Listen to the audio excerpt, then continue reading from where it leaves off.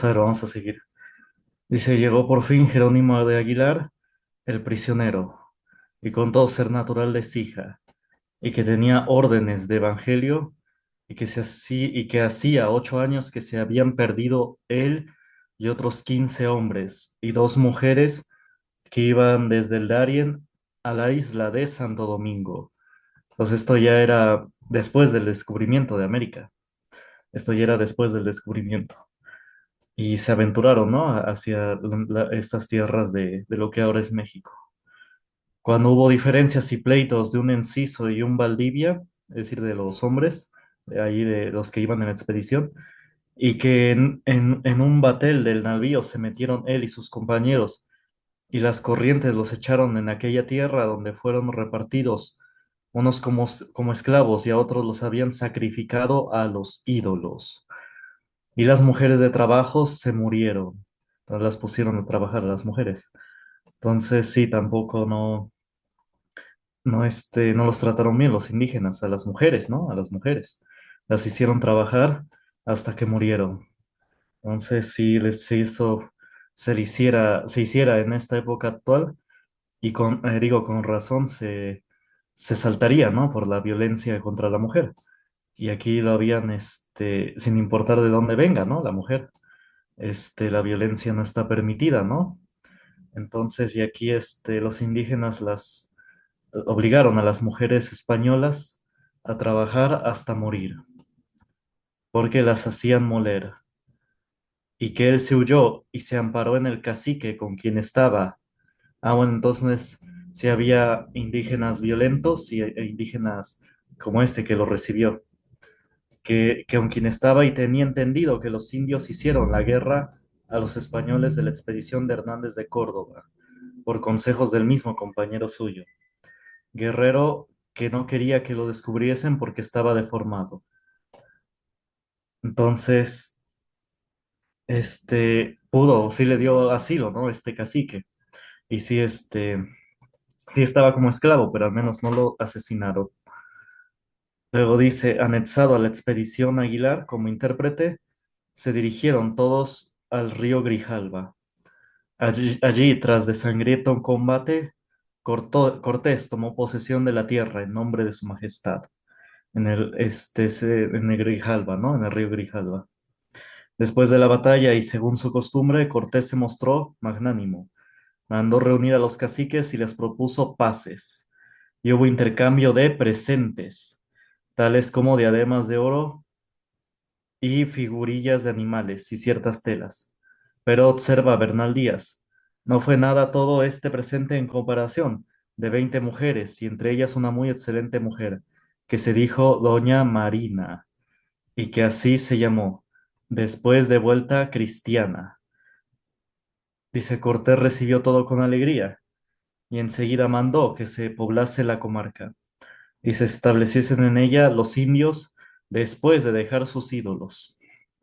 Y tras de instruirlos en la fe, con cuyo objeto hizo construir un altar bien labrado. Y se puso en el altar la imagen de Nuestra Señora y la cruz. Y púsose por nombre aquel pueblo Santa María de la Victoria. Las indias las repartió Cortés entre sus capitanes, después de bautizarlas y convertirlas. Es lo que digo, José Vasconcelos no oculta datos. Observa Bernal Díaz en las primeras cristianas del Nuevo Mundo, y doña Marina le tocó a Alonso Hernández Puertocarrero, que era buen caballero, siendo ella misma gran cacique e hija de grandes caciques, según lo parecía en su persona. Dice, y seguimos, el conflicto de dos mundos. Que por su casa entró el piloto Alaminos, detrás de la isla de Sacrificios a orillas de Ulúa, que quien recordaba de la otra expedición. En los médanos que circundan el puerto levantó Cortés unas chozas de madera, cubiertas con mantas por los indios que se prestaron a servirle. Llegaron al día siguiente enviados de Moctezuma con presentes de un grupo de dibujantes, equivalente de periodistas, que tomaron el retrato de Cortés y vistas de sus compañeros en acción, sus navíos, sus caballos, para llevarlos todo al inquieto monarca de Anáhuac. Hizo Cortés levantar un gran altar y mandó celebrar misa cantada a la cual asistieron los enviados de Moctezuma. Les entregó después presentes para el monarca, que dijo quería ver enseguida. Esta pretensión ofendió un poco a los indios, habituados a muchos rodeos y antesalas cuando se trataba de la autoridad. Bueno, entonces esto es de todas las civilizaciones del mundo. Parecería que está hablando ahorita de cuando se va a hacer un trámite, ¿no? Ahorita en esta época, un trámite de gobierno. Entonces, que están habituados, dice los nativos, bueno, pues sí, los nativos, a muchos rodeos y antesalas cuando se trataba de la autoridad. Entonces, sí, esto es en todos lados. Esto es quizás naturaleza humana, ¿no? Quizás. Y a fin de que los pintores se diesen gusto, mandó Cortés que Pedro de Alvarado y todos los de a caballo se aparejasen para que los viesen correr de dos en dos. También para que viesen salir los tiros, mandó llamar Cortés a muchos principales, y se puso fuego a las lombardas, y fueron las piedras por los montes retumbando con gran ruido, y los gobernadores y todos los indios se espantaron de cosas tan nuevas para ellos. En la corte de Moctezuma la curiosidad se aliaba con el temor. ¿Cómo eran aquellos hombres blancos? Y, por ventura, sus estampas correspondían a la majestad de la leyenda que predecía la llegada de guerreros poderosos, o se trataba de simples aventureros en busca de granos de oro, cuya codicia se podía saciar. Sería verdad, como lo aseguraban los de Tabasco, que aquellos castellanos eran terribles en el combate, y es de creerse que al examinar los retratos que de Cortés hicieron, los pintores de la corte, los principales guerreros aztecas, tipos feroces de desorejadores, es decir, que mochaban orejas, sonreirían con desdén. En los ojos de Cortés había inteligencia, y aunque su gesto era grave, se hallaba templado con la bondad. Ninguno de los atributos de la bestia carnicera, ninguno de los rasgos torvos del homicidia, sellaban aquel semblante como de uno que tiene una profesión matar hombres. Es decir, que no, su semblante no lo reflejaba, no tenía cara de asesino. No era Cortés de gran talla, es decir, no era alto, y su cara como de escribano de provincia. No era para aterrorizar a salvajes. Este, no como, digamos, esto lo menciona, digamos, por ejemplo, Julio César, ¿no? En los bustos del César, o de Napoleón, los bustos de Napoleón, donde lo ven muy con cara de intimidación, ¿no? De intimidar, ¿no? Una cara así. Incluso los gobernantes, cuando les toman fotos, procuran tener esa cara de intimidación. Digo, no importa si es varón o mujer, digo, el presidente, este, siempre procuran tener esa cara de intimidación. Entonces aquí José Vasconcelos dice que no, por los relatos de la época, que Cortés no tenía, estaba templado, tranquilo, pero con una cara, pues sí, de bondad, o si, bueno, si no se quiere aceptar de bondad, al menos no de intimidación, dice, sin rostros de homicida o de una profesión para matar hombres. No tenía esa cara, ¿no?